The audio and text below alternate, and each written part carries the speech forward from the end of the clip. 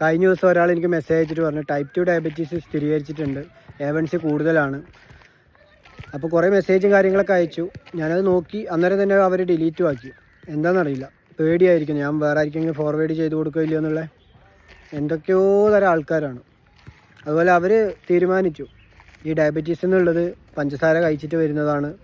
ആ രീതിയിൽ അവർ ചിന്താഗതിയൊക്കെ, കാരണം അവർ ഫുഡ് കഴിക്കലൊക്കെ കുറേ നിർത്തി, ഫാസ്റ്റ് ഫുഡിൻ്റെ അഡിക്റ്റാണ്, നല്ലോണം ഫാസ്റ്റ് ഫുഡ് കഴിക്കുന്ന ആളാണ്.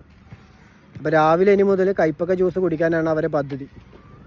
കാരണം ഡയബറ്റീസ് പഞ്ചസാരയല്ലേ, കയ്പക്ക ആകുമ്പം കയ്പെല്ലാം ഉണ്ടാവുക. അപ്പോൾ അത് കഴിച്ചാൽ മെഡിസിനും കാര്യങ്ങളൊന്നും എടുക്കാതെ ഇത് മാറും എന്നുള്ളൊരു ചിന്താഗതി ആയിരിക്കും. ഗൈസ്, അങ്ങനെ കുറേ ആൾക്കാരുണ്ട്.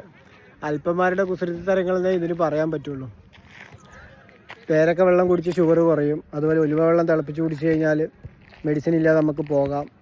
നമ്മൾ പൊടി കഴിച്ച് കഴിഞ്ഞാൽ, ഒരുപാട് പൊടികളൊക്കെ കഴിച്ച് കഴിഞ്ഞാൽ ഷുഗർ കംപ്ലീറ്റ്ലി ഇൻസുലിൻ ഇല്ലാതെ ആക്കാതെയൊക്കെ പറ്റുമെന്നൊക്കെ പറയുന്ന ഒരുപാട് ആൾക്കാരുണ്ട്. പണ്ട് ഞാനൊക്കെ പഠിക്കുന്ന സമയത്ത് എന്തെങ്കിലും കുരുത്തക്കേട് കാണിച്ച് പിടിച്ചാൽ സാറൊക്കെ നമ്മളെ ഇങ്ങനെ നിർത്തിയിട്ട് ഒരു ഡയലോഗ് പറയും, ഭയങ്കര പുച്ഛമായിരിക്കും.